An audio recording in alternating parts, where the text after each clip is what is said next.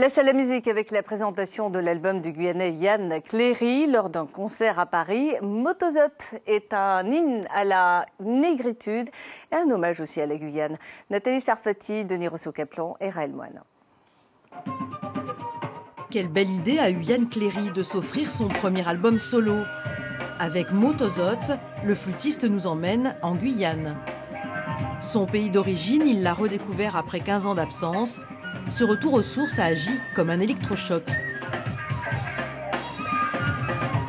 Je me suis rendu compte à quel point cette Guyane était belle, dans toute sa diversité, dans toute sa couleur, dans ce qu'elle propose de bon comme de mauvais, parce qu'il y a du bon et du mauvais partout. Mais ce qui en fait sa richesse, c'est son potentiel, en fait, son électricité, son magnétisme. Yann Cléry a choisi de faire naviguer les rythmes traditionnels de Guyane, des principales ethnies, créoles, bushinengue et amérindiennes, avec les musiques actuelles. C'est aussi une ode à la négritude, avec des textes des poètes Léon Gontran Damas et Ellis Stevenson. La démarche de Yann Cléry ne vise qu'à montrer une autre image de la Guyane.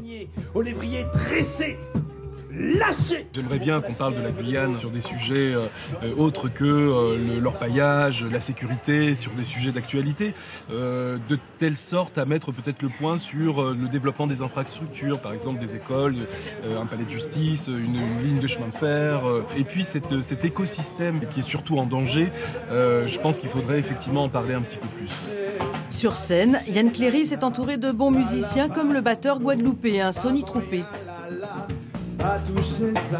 On s'est retrouvé sur les influences communes qu'on avait qui ne sont pas le jazz, c'est-à-dire justement le côté trance, le côté électro, le côté hip-hop, le côté avoir des machines en même temps qu'un groupe en acoustique.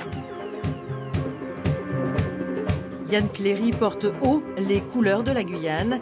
Il y retourne le plus régulièrement possible avec un programme pédagogique pour les jeunes générations.